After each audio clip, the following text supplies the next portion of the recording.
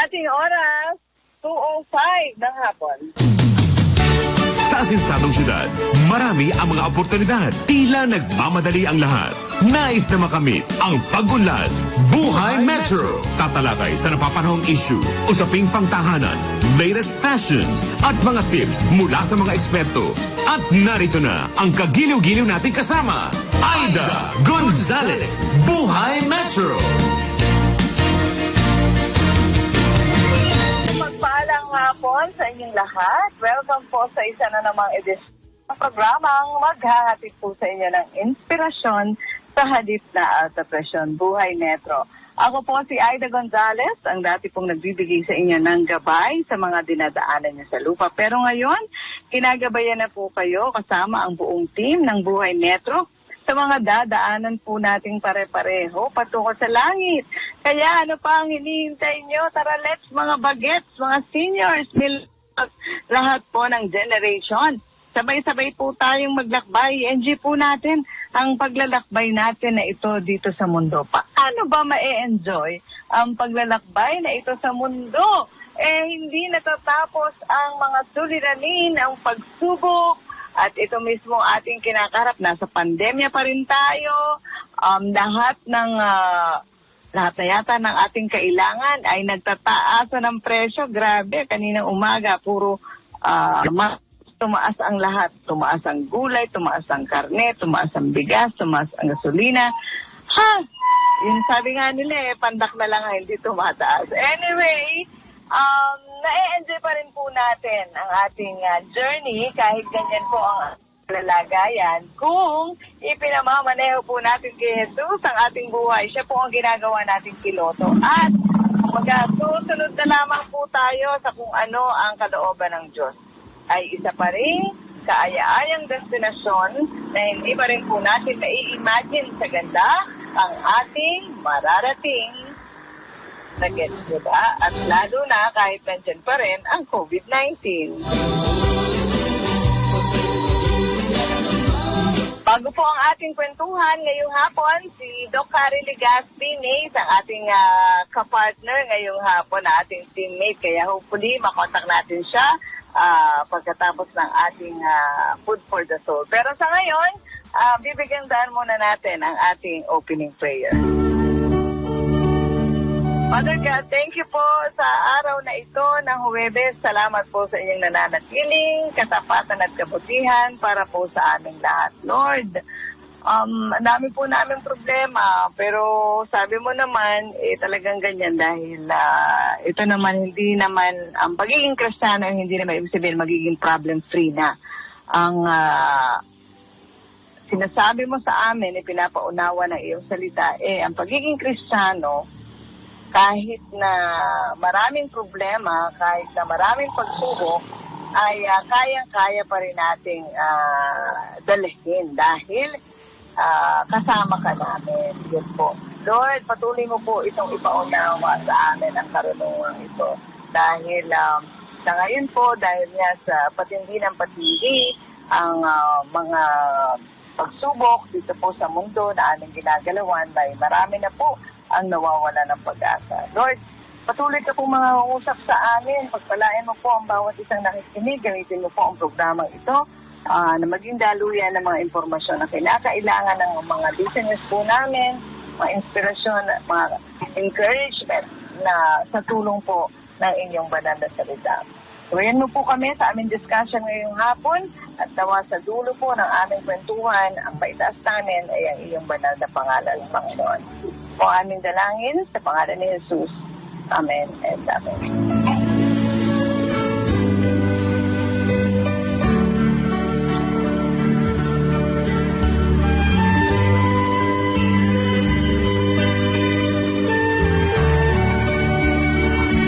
Okay, kumusta po ba kayo, mga kabuhay Metro? Mainit din ba dyan sa inyong lugar? Gabi daw kahapon dyan sa may Dagupan. Napakasindi ng init, umabot sa 15 degrees Celsius. Grabe.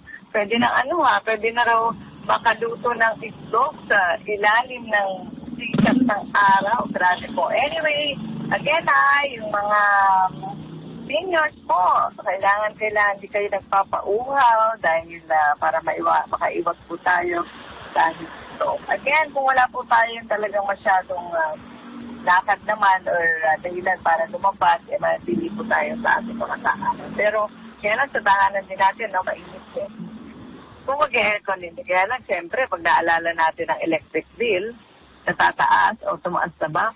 Mataas daw yata, I think, buwan, wag na lang, diba? Magpaypay na lamang po tayo. Ayan, okay.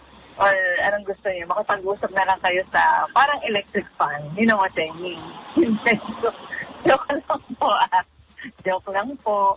Anyway, eto, hindi ako nakapag-share kanina. Eto, dagdag kaalaman lang po para sa ating lahat. Alam niyo po ba kung ano ibig sabihin ng wellness?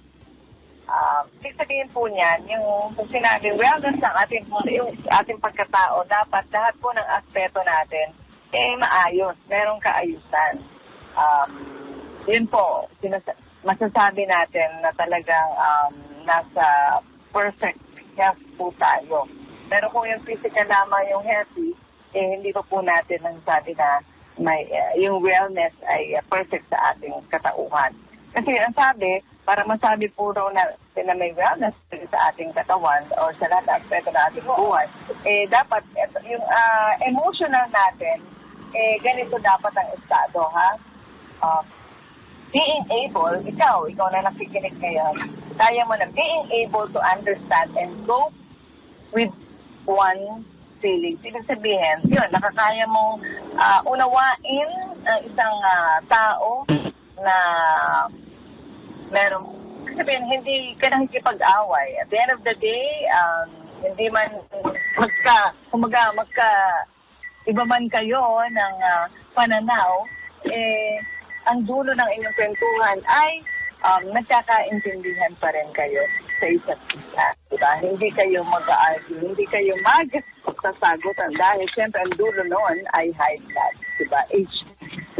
Ito naman, masasabi rin na may kaayusan ang ating spiritual na buhay kung, one sense of meaning in life. Yung,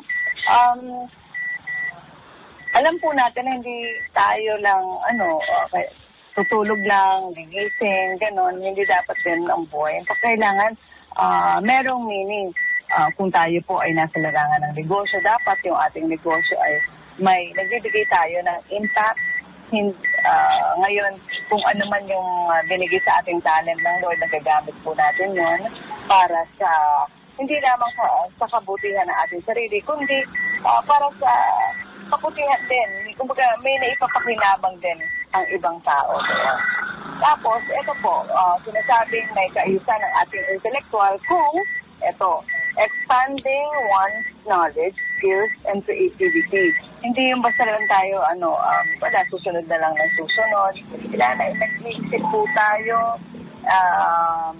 Kailangan yung ating mga desisyon is may meaning, may kwenta. Hindi puro lang tayo kwento. At diba, hindi yung basta na lang. Diba sabi, hindi yung basta na lang na buhay. Tapos, masasabi rin po daw na yung physical aspect ng ating buhay ay may kaayusan. Kung nagagawa natin ito, yung proper eating habits, exercise, at yung medical health. Ako, yun, importante pala yun. Akala ko, pwede na yung eating habits pero dapat pala nag-exercise din at yung ating medical health ay nasa-sustain din natin or naaasikaso. Tapos, kailangan may kaayusan din yung social aspect na ating buhay. Ano ibig sabihin?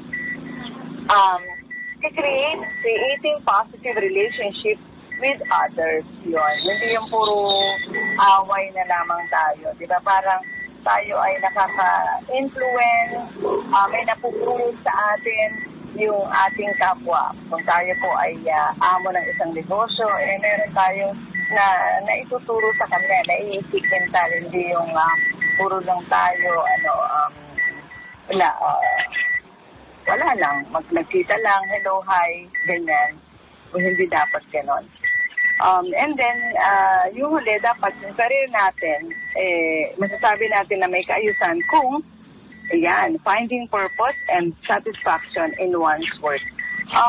Yun nga po kaya nga di ba, may mga, madalas tayong nakakarinig na may mga tao, may mga empleyado na ang ganda-ganda na, sa tingin natin, maganda na yung trabaho niya, pero biglang mag-resign, biglang aalis, and then sasabihin, maririnig natin na para tayong may hinahanap or para tayong hindi satisfied, hindi, kasi ganun po para as we grow older, kung talagang tayo po ay nagtatanong kay Lord, i-guide niya po tayo at ipaparamdam niya po sa atin na hey, meron purpose ang buhay mo, hindi ka lang dapat ganyan. So, gamitan mo yan sa tama. So, kung yan po ay ating nasusundan, ayan, pwede po natin ma-declare na meron talagang kaayusan ang ating pagkatao sa lahat ng aspeto. Sige po, so ano lang po yan, ilang information na hopefully meron kayong mapudot. Samantala, Derek C, pupunta na tayo dun sa regular segment mismo ng ating program. Food for the Soul. Mga natatanging paalala at gabay ng may kapal. Food for the Soul.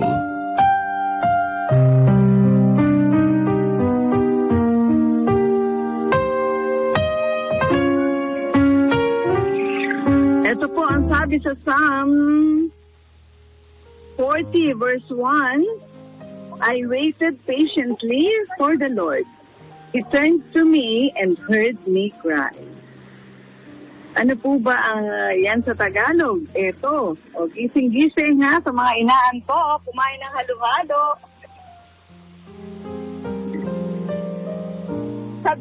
Sa Diyos na si Yahweh, matyagang naghintay. Ang aking panaghoy, kanyang pinakinggan.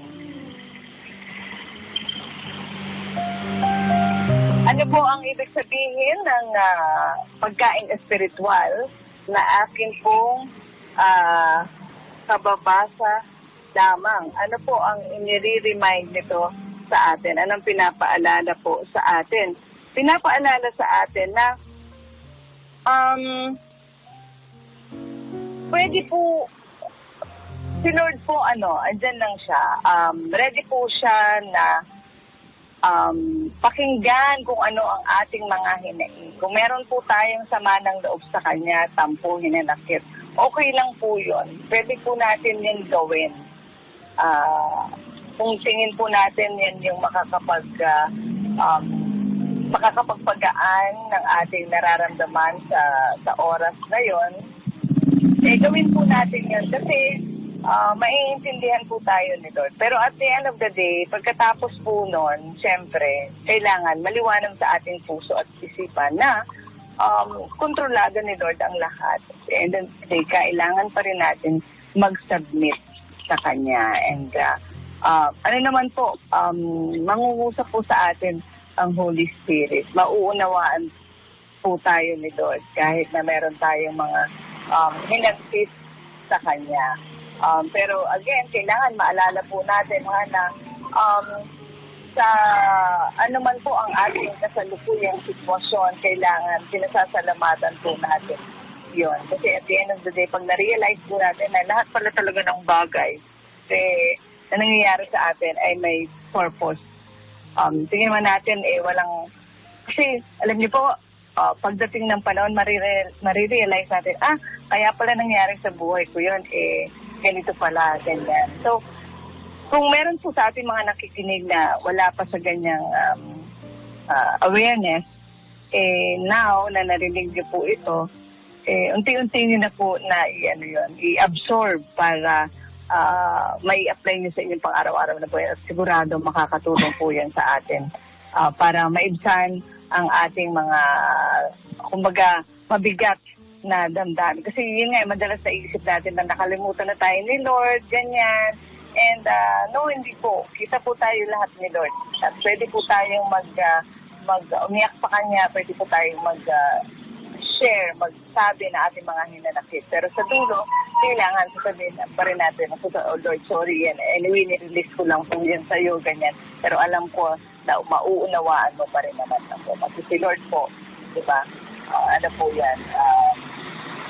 Siya po ay mapagmahal, pero makatarungan sa Panginoon. Yan po ating food for the soul sa araw na to. Hopefully, manatili sa puso at isipan, pagsikapan na may apply sa ating pang-araw-araw na buhay. Babalik po ako at hopefully, kasama natin si Dr. DWIZ. At ngayon, balikan natin si Aida Gonzalez sa Buhay Metro. Nagbabalik po ang programang Buhay Metro Thursday edition. Grabe! Init-init ng panahon. Go, go, go. Sige po, pwede na kayo mag-halo-halo habang nakikinig na ating programa. Subukan natin kung nandiyan na po si Dr. DWIZ, ang ating regular teammate tuwing araw ng Thursday. Hi, Doc! Magandang hapon. Are you there? Magandang hapon at dito sa Kalibo at binabati ko lahat ng aking kasimanwa dito sa probinsya Itaklan. Wow, nasa Bora ka ba? Wala pa? Hindi pa ma'am. Nasa site sa Leso at sa Kalibo. Walang ngayon, trabaho lang ma'am. Kamusta dyan, Doc? Mainit ba? Dito sa Manila, yung iniwan mong Manila, mainit na mainit pa rin. Well, not that hot, mainit pa rin. At kaya-kaya pa naman. Ang pinaka-importante ay mananatili tayong especially under the shade between the time 10 o'clock to 4 o'clock. Maglagay tayo ng sunblock every single day. Yung paglalagay ng sunblock ay hindi na po siya luxury. Siya ay part ng ating basic grooming at pag-alaga ng sarili. Hindi ito para umitim, para hindi tayo umitim. And in aging. So that's why it's very important that we have sunblock every single day. Pagising natin na umaga, 365 days in a year. We live in a tropical country, wala tayong magagawa, wala tayong snow dito. Pero ganun pa man, mas maganda ang snow over winter. So di ba yan ang tinatawag nilang dating programa ng na winter, parang warmth over winter. So magandang programa at embrace na lang natin na kaysa mga ngatog tayo sa lamig at palita ko ngayon, -1 degrees Celsius. So, sa mga hindi pa nakakaranas ng napalamig panahon, mas matindi, mas mahirap manatiling warm, at mas marami kang damit na kailangan ipatong-patong para mabuhay kayo na maayos. So, ngayon... Mas mabuti na rin yung ang mainit, Doc. Kasi sa snow naman, di ba? Opo. We have to be grateful for what we have. Ika nga. So anyway, we have, with as far as the COVID thing is concerned, ibabalita ko sa inyo that in the US, they have already started giving the second booster dose. Mm-hmm. So, ibig sabihin, hindi pa sila kampante sa COVID. Hindi sila nag-alleluia at naglalagay ng rally. Nagpupunta sa rally, nagdikit yung mga tao. Nag-exert pa rin sila ng caution. At ganun pa man, where are we now? Hindi pa tayo 100% vaccinated. More than that, we're not even 100% with booster. Kasi bago ka magbibigay ng booster sa isang area, dapat na-vaccinate na po sila. So unless we are 100% or 90% vaccinated, and then we give the booster, and then we have to consider having a second booster. It started in the States only last week. Why? Because you have Omicron variant B.1.2 variant. So this variant is even more mabagsik than Omicron 1. And so, mas madali siyang kumalat, kaya lockdown ngayon ang Netherlands, and then nagkaroon ng surge ulit sa China, sa Hong Kong, and then sa ibang part ng Europa. Should we be afraid? Yes. I think we should be afraid. Should we be cautious? Yes, we should be cautious. And more than anything else, wag tayo magtamad-tamad or wag natin isipin na it's unnecessary to wear your mask. You still must wear your mask. You still have to follow social distancing, washing your hands, and having your hand sanitizers and everything. Ako sa totoo lang, aminin ko na nung sa airport, papunta dito sa Kalibo, napansin ko mga tao hindi na nagsusunod ng social distancing. Bigla na lang magka-crowd sa line. Talagang, sabi ko, pwede ba mag-social distancing tayo? I mean, it may sound silly, but it's important for all of us to be careful. Diba?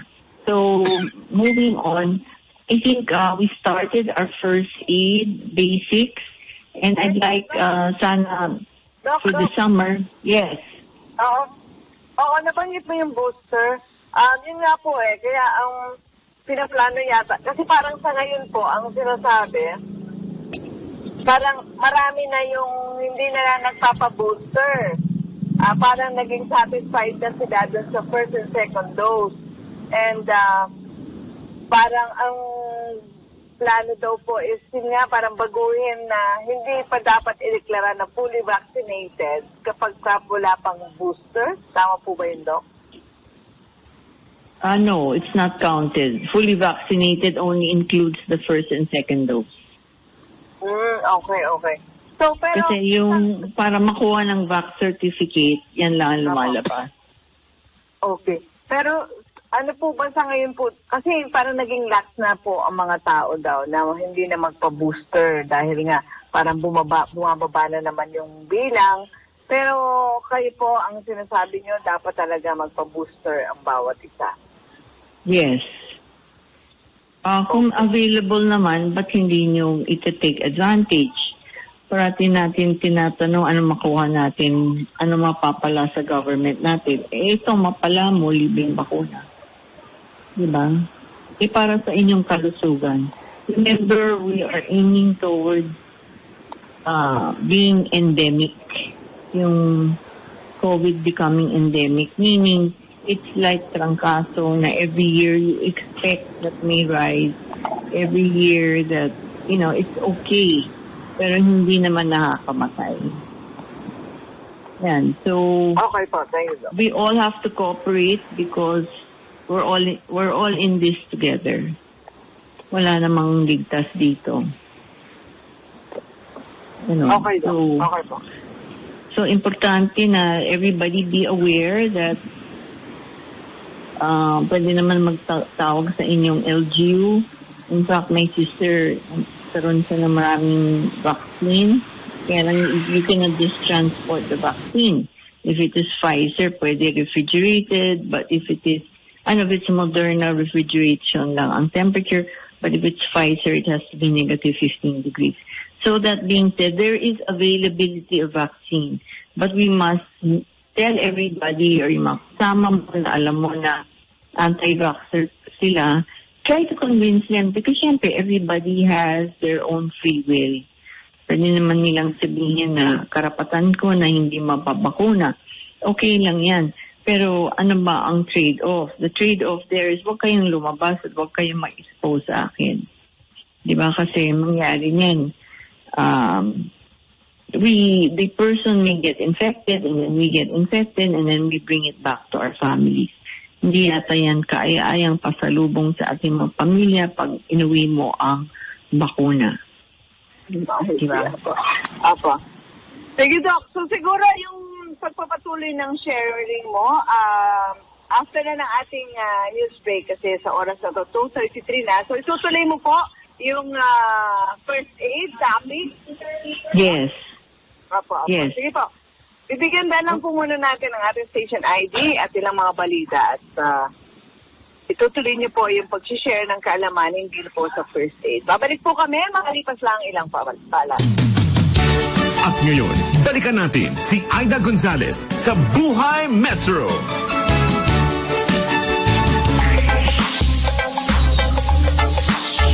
Nagbabalik po ang Buhay Metro Thursday edition ng ating pong kasama, si Doc Cari Ligaspi, ang dermatologist ng bayan. Ang kanya pong ibinabahagi, kaalaman sa hinggil po sa first aid o naka-encounter na po ba kayo ng emergency and then hindi niyo po alam kung ano inyong gagawin. Ito po, makinig kayo para next time na maka-encounter po kayo ng isang emergency situation, alam na natin ang ating gagawin. Sige, Doc, ituloy niyo po ang inyong mag-share ng mga kaalaman hinggil sa first aid. So, when we see may taong may problema, unang-una parating alam natin bago tayo lumapit kay pamilya natin o hindi natin kaibigan o kapamilya, kailangan natin malaman that safe ang lugar at walang hindi magdadala ng sakuna sa sarili mo. It's like I will give you an anecdote ng nangyari sa isang kakilala ko na nasa Amerika siya. Kung sa Amerika, kung nalalakihan kayo sa highway natin at skyway, di higit na mas malaki sa kanila. So, an 8-lane highway, and then the person saw somebody who was pregnant who had a car problem. The person got down to help that person. And unfortunately, yung nagtulong ay namatay dahil siya ay nasagasaan. So what I'm trying to say, before you help somebody, make sure that ikaw rin ay hindi madadali or magkakaroon ng problema. Di ba po? So it sounds as if it is common sense, pero many times, pag nasa situation, nakakalimutan natin ang sarili natin and hindi masyadong common pala ang common sense. So, first of all, you must remove the person for danger, but you also must remove yourself. For example, even pag nakita mo nalulunod, unang-una, marunong ka bang lumangoy? Tanungin mo sarili mo, okay, marunong akong lumangoy, pero marunong ba akong save ng tao? Mamaya, imbes na 2 nalulunod, magiging 2. So, and then, Doc, pag ganun po ang situation, kunyari ako, hindi ako marunong lumangoy, nakakita, what will I do? you just call for help. Tatawag ka ng help. Or else, kung meron kang hawak na lubid sa kotse mo, di tapon mo dyan. Okay. Something that hindi personally na malagay ang sarili mong buhay sa alanganin. Kasi it's important. It's like riding an airplane. If you notice lalo na when it involves children, they always say, you have to, kunyari may dala kang anak or little child, the adult will breathe in and put on the gear before the kid. So in other words, the concept there is, kung hindi ako sa magandang kalagayan, paano kita matulungan? So it's not being selfish, it's being practical and realistic of how do we help other people if we ourselves are not in the right position to do so.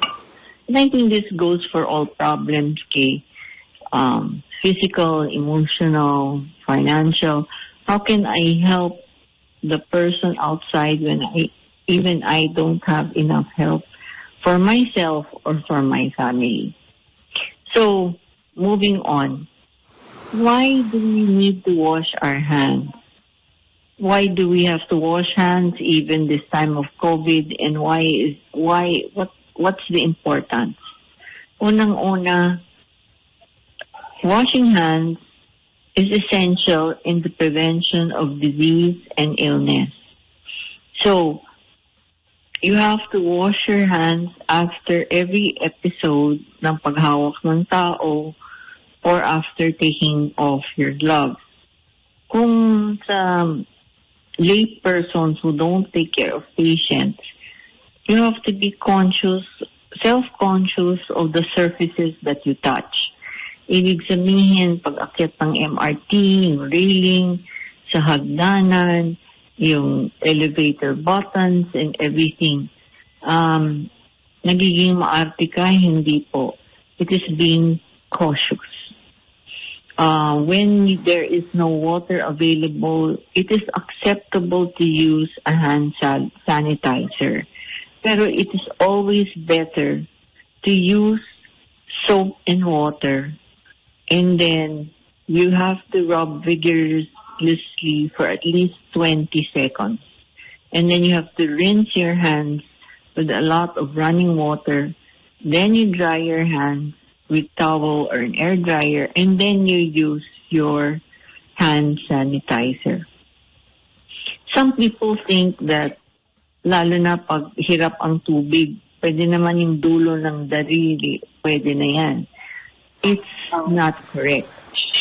So, I'm just saying this, it sounds very basic, pero when you go to the bathroom in public areas, you will be surprised that people are tamad to wash their hands and they find it easier na mag-reciprocate ng alcohol. Yan.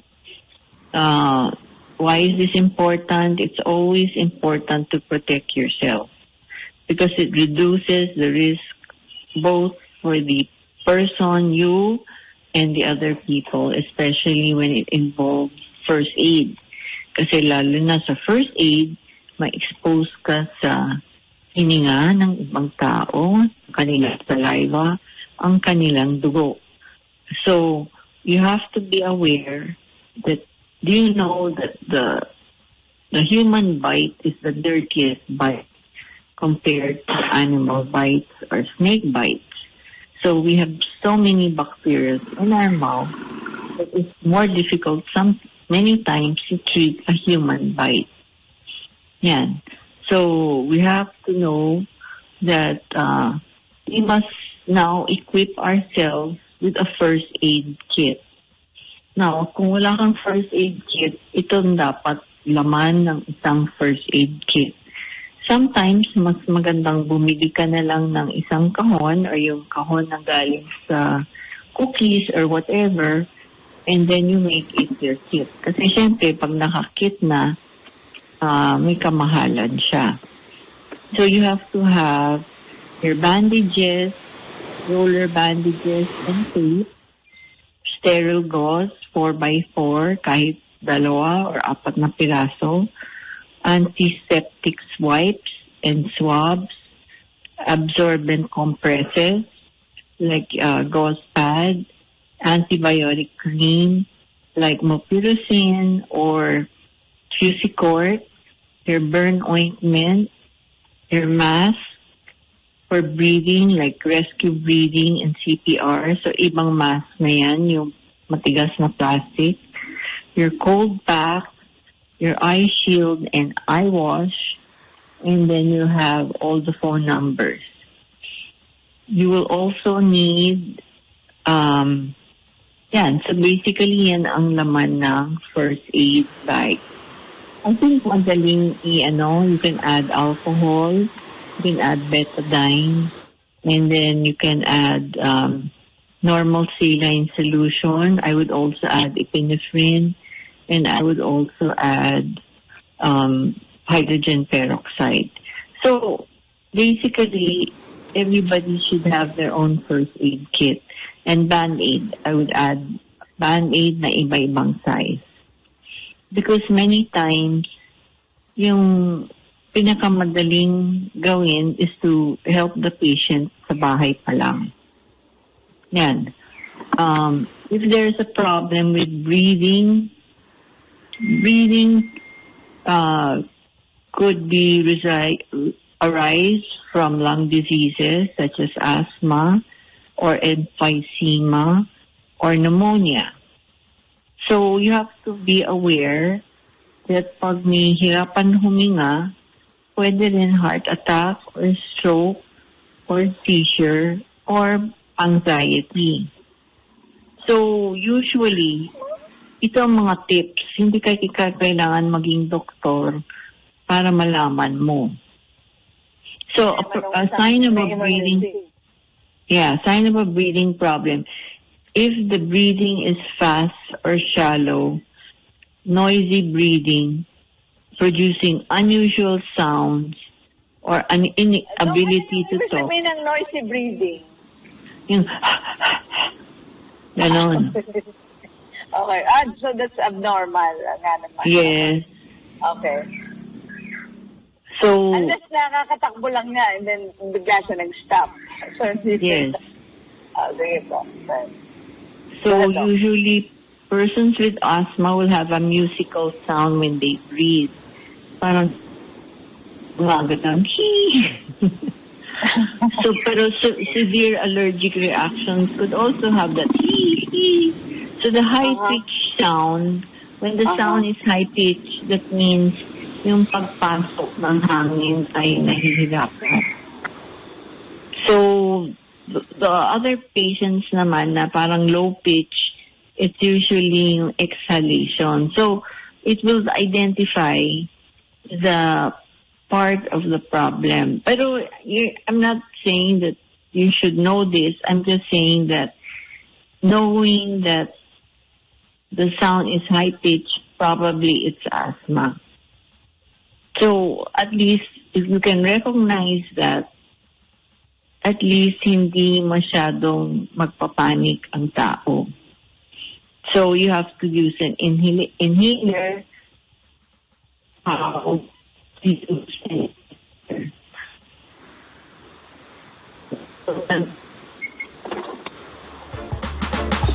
Hello, Doc. Yes. Ayan o, medyo nawala po yung signal niya. Go ahead po, yan, it's back. Go ahead po. So, we remember sa first aid, we have ABC, airway, breathing, and circulation. Airway, so that being said, with the airway, when you say airway, that means that you have to remove, you have to just look at it, don't put your finger inside the mouth of the person. Kasi like I said before, the mouth of the person, especially any human, has more bacteria than any animal or whatever. Because we exchange a lot of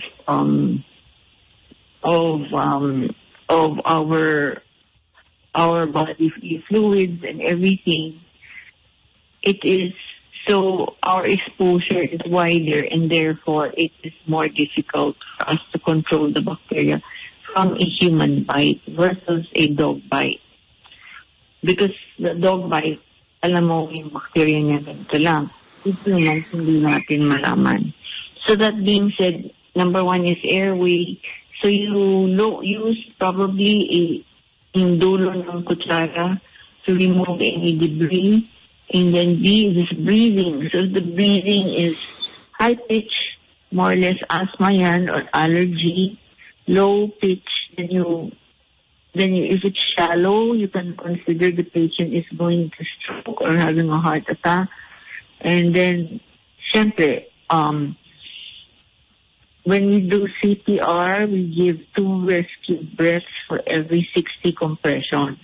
But in the time of COVID, it was allowed that we just keep on doing compression. So hindi kailangan huminga because remember, in COVID, we know that it is more of droplet infection or airway infection. And so that airway transmission. And so kung mouth-to-mouth study, syempre, you are passing the COVID from one person to another, which ayaw mo naman mangyari.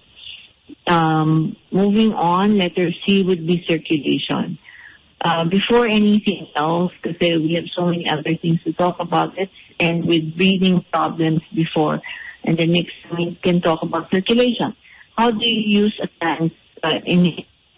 You shake the inhaler if the patient has asthma, and then you put the inhaler in the mouth, then to tell the patient to exhale. And then place the spacer and the inhaler in the mouth. So dapat mag-exhale muna, and then you put it in the mouth and press the inhaler.